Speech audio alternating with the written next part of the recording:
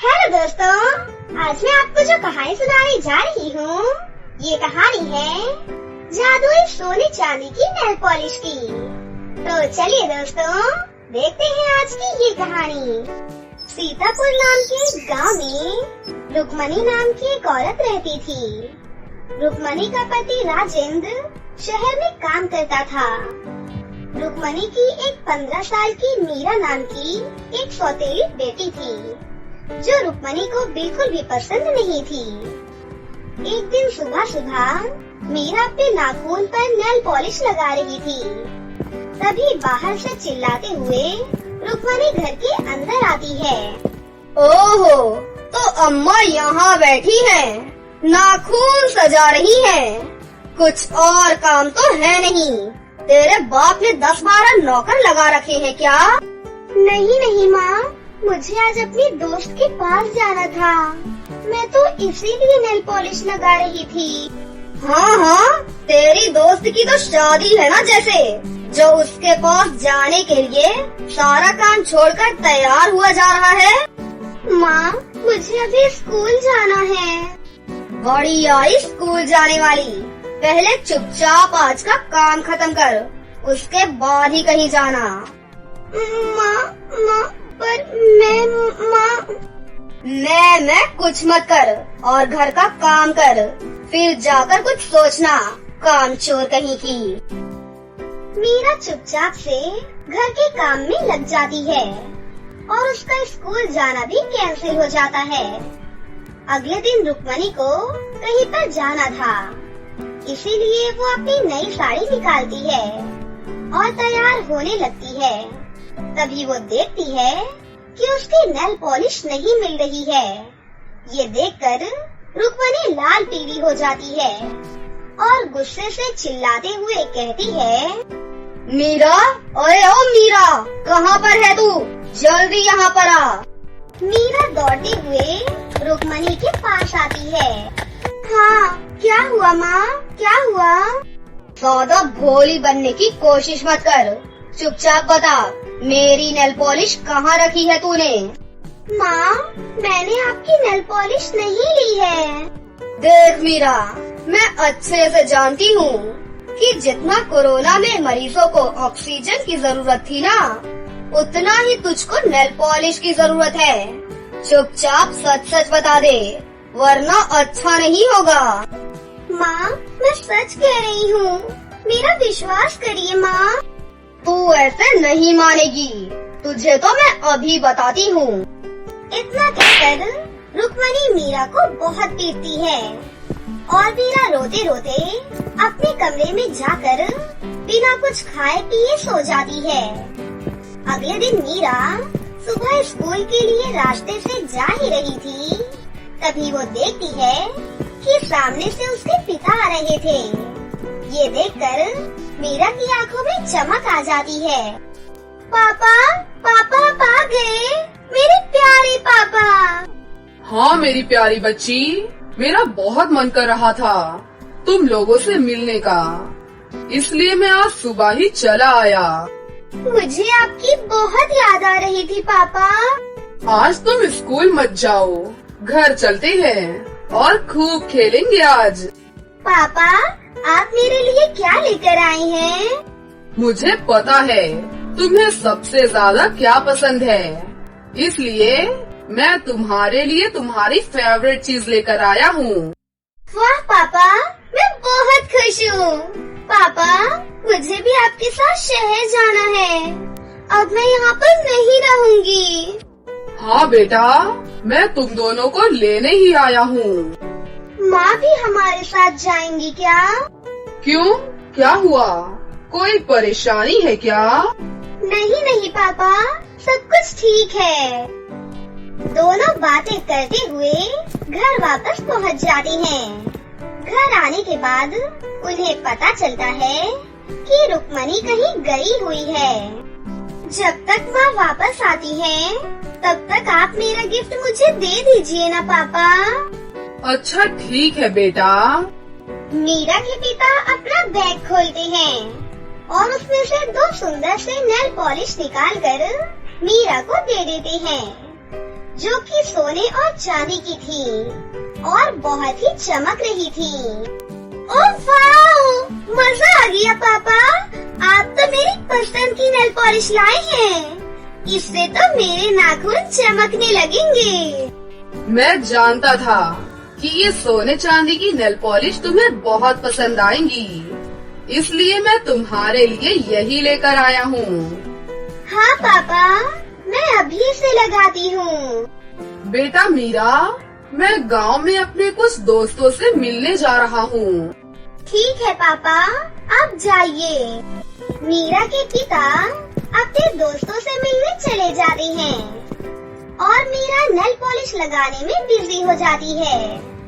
Meera nail polish लगाकर खुशी से नाचने लगती है। तभी रुक्मणी घर पर वापस आ जाती है। वो मीरा को नाचता हुआ देखकर आग बगोला हो जाती है। मीरा, तू अभी तक यहाँ पर नाच रही है? माँ, ये देखो, सोने और चांदी की प्यारी सी नेल पॉलिश। इससे मेरे नाखूनों में कितनी चमक आ जाएगी। देखो कितनी चमक रही है मेरे नाखून। तेरी इतनी हिम्मत, तू घर का सारा काम छोड़कर नाच गाना कर रही है। आज तो मैं तेरे नाखून ही नहीं छोड़ूंगी। ना रहेगा बांस और ना बजेगी बांसुरी। माँ सॉरी माँ, मुझे प्लीज माफ कर दीजिए ना माँ। मैं अभी घर का सारा काम कर देती हूँ। आज तो तेरा हमेशा के लिए खेल ही खत्म कर देती हूँ मैं। रुक्मणी गुस्से में रसोई घर में जाती है और वहाँ से एक चाकू लेकर आती है। रुक्मणी उस चाकू से मीरा के सारे नाखून जड़ से उखाड़ देती है। इसमें मीरा को बहुत दर्द होता है और मीरा जोर जोर से चिल्लाकर रोने लगती है। माँ, ये नेल पॉलिश मेरे लिए पापा लेकर आए थे। पापा? मतलब वो आ चुके हैं? हाँ, पापा गांव में अपने दोस्तों से मिलने गए हैं। फिर मीरा रोते हुए अपने कमरे में भाग जाती है और रोते रोते सो जाती है। अगले दिन में मीरा को सोकर उठने में बहुत लेट हो जाती है। रुक्मणी को ये देखकर बहुत गुस्सा आता है और वो मीरा के कमरे में जाती है और बोलती है, ओहो, महारानी जी अभी तक सोई हुई हैं। लगता है कल की मार भूल गई। बाप का लाड ज्यादा ही सर चढ़ रहा है। उसके बाद मीरा रुक्मणी को अपने नाखून दिखाती है।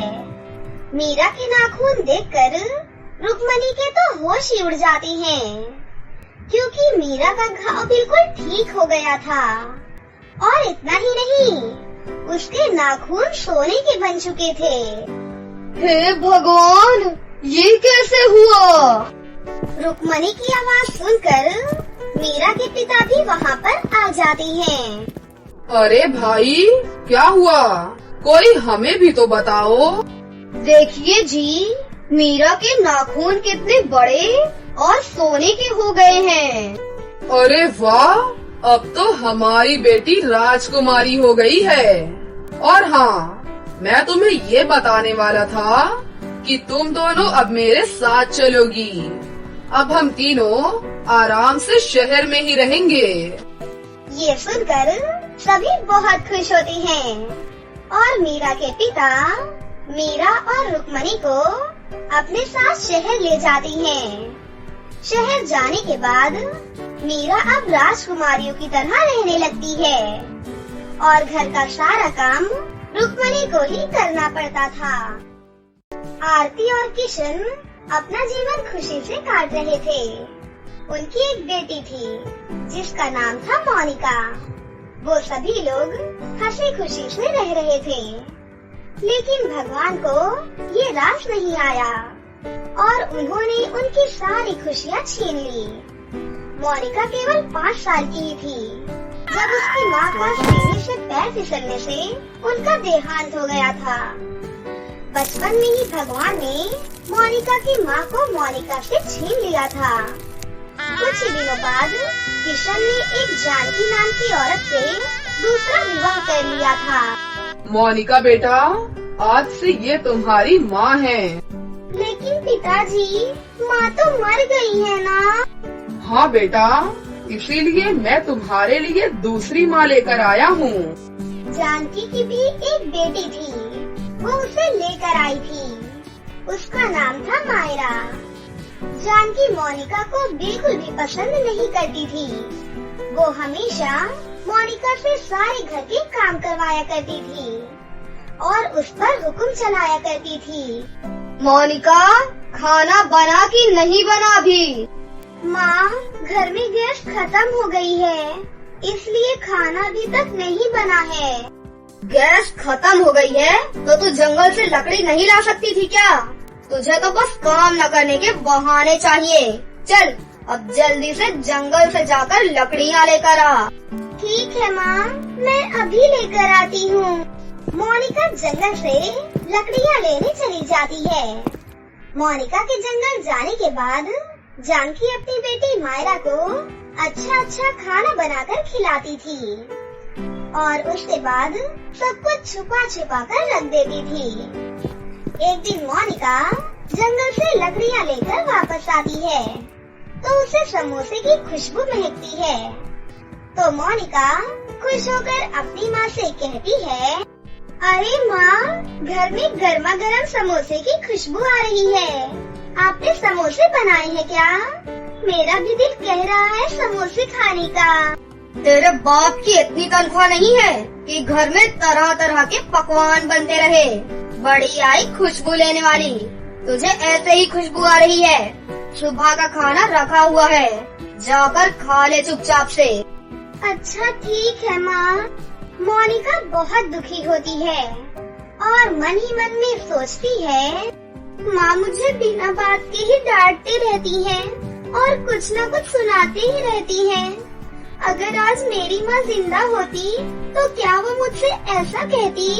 वो कुछ भी करती, लेकिन मुझे समोसे बनाकर जरूर खिलाती। इसी तरह जानकी मोनिका पर अत्याचार करती रहती। ऐसे ही करते करते कई साल बीत जाते हैं और दोनों बहनें अब बड़ी हो जाती हैं।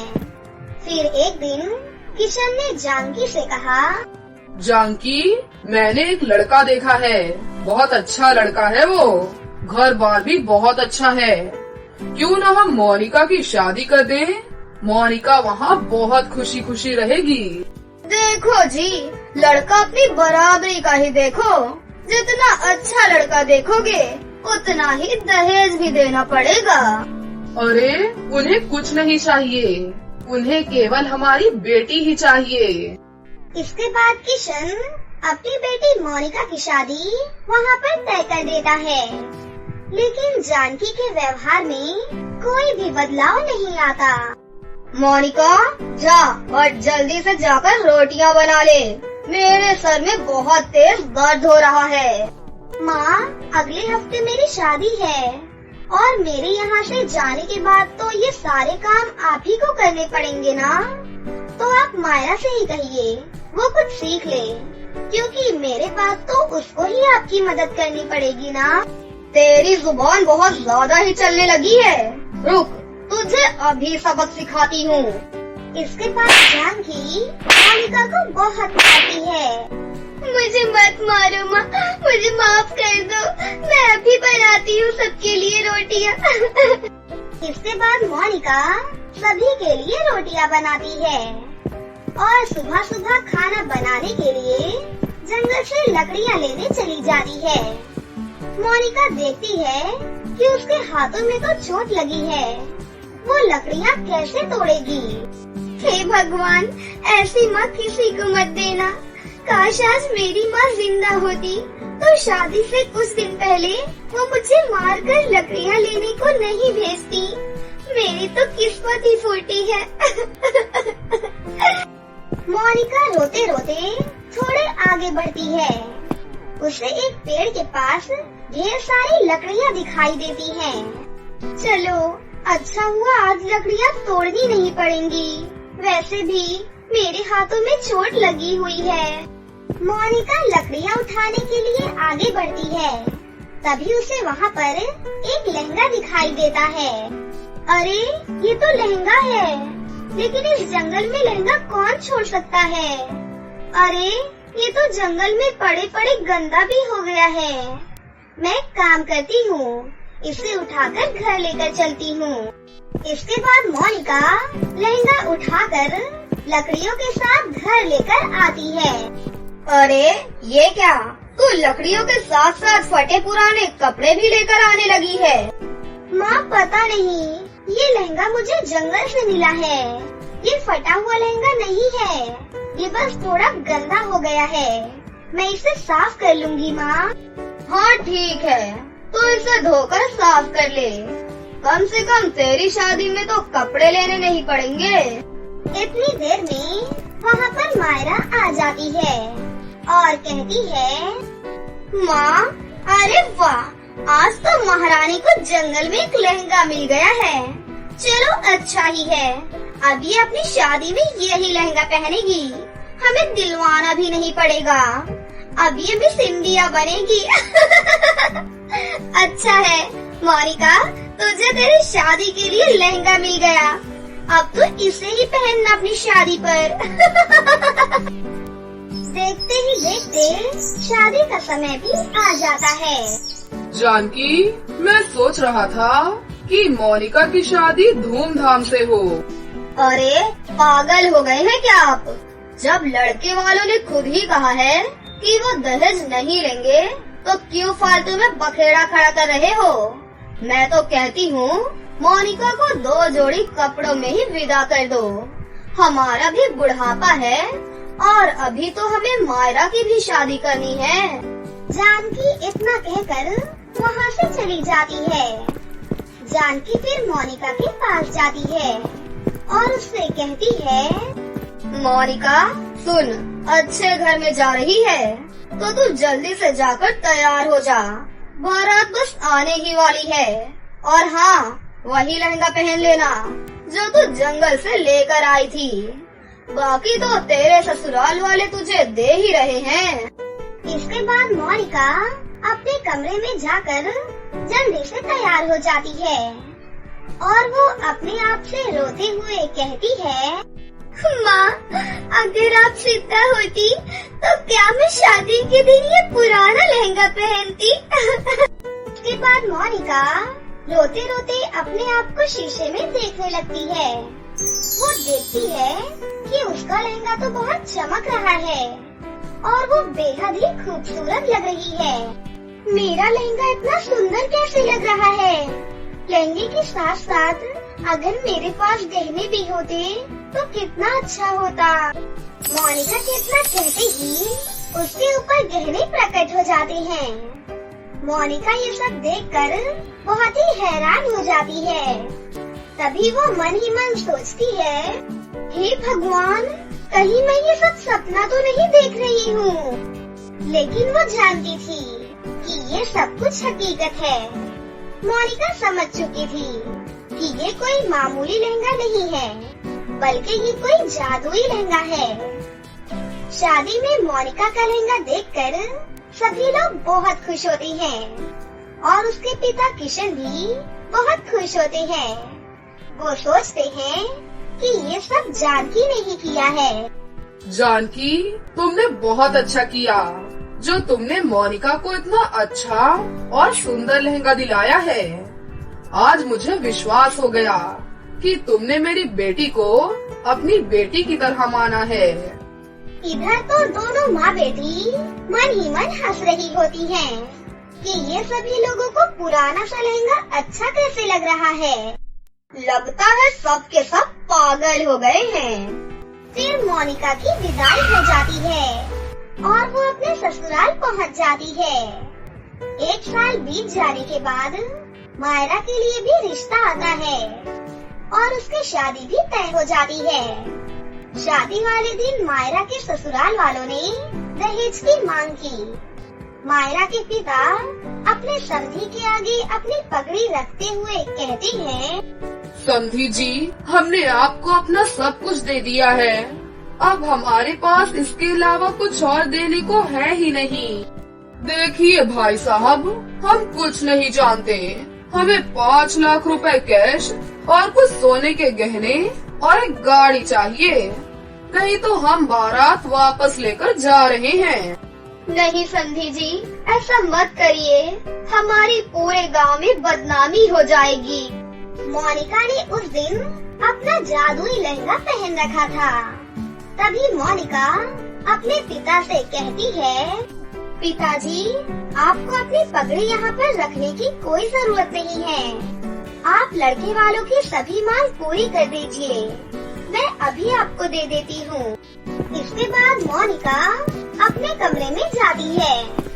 मोनिका अपने जादुई लहंगे से कहती है, हे जादुई लहंगे, आज मेरी बहन की शादी है, लड़के वालों की सभी मांग को पूरी कर दो। मोनिका के इतना कहते ही वो जादुई लहंगा वहाँ पर रुपए, हीरे मोती और घर के बाहर एक गाड़ी भी प्रकट कर देता है। ये लीजिए पापा, ये आप लड़के वालों को दे दीजिए। और हाँ, गाड़ी बाहर खड़ी है, ये सब देकर उनका मुंह बंद कर दीजिए। ये सब देखकर जानकी कहती है, बेटी तुम बहुत अच्छी हो, मैंने तुम्हारे ऊपर कितना अत्याचार किया, लेकिन फिर भी आज तुम हमारी मदद कर रही हो, मुझे माफ कर दो बेटी। माँ, एक बार फिर से मुझे बेटी कह दीजिए, मुझे बहुत अच्छा लग रहा है आपके मुँह से ये बेटी शब्द सुनकर। बेटी मुझे माफ कर दो, मुझे समझ नहीं आ रहा कि मैं अपने पापों का प्रायश्चित कैसे करूं। हाँ माँ, मैं समझ गई हूँ कि आप बदल गई हैं। आप मुझसे माफी मत मांगिए, मुझे आपसे कोई शिकायत नहीं है। इसके बाद जानकी मोनिका को गले लगा लेती है और उससे कहती है, लेकिन मोनिका बेटा, ये सब तुम्हें कहाँ से मिला? मोनिका किसी को कुछ नहीं बताती, क्योंकि अगर वो बताती कि ये सब जादुई लहंगे की वजह से हुआ है, तो सबके मन में लालच आ जाता। अरे माँ, आप ये सब छोड़िए, बस आप मायरा की शादी में ये सब कुछ दे दीजिए। इसके बाद मायरा की धूमधाम से शादी हो जाती है और अब जानकी अपनी बेटी मायरा और मोनिका दोनों को एक तरह से प्यार करती है और फिर दोनों बेटी अपने अपने ससुराल में बहुत ही खुशी खुशी रहने लगती हैं। तो दोस्तों, कैसी लगी आपको हमारी ये कहानी? अगर आपको हमारी कहानी अच्छी लगी हो तो इसे जरूर लाइक करें, साथ ही हमारे चैनल को सब्सक्राइब भी कर लें और बेल आइकन को दबाना ना भूलें। मिलते हैं अगली वीडियो में। धन्यवाद।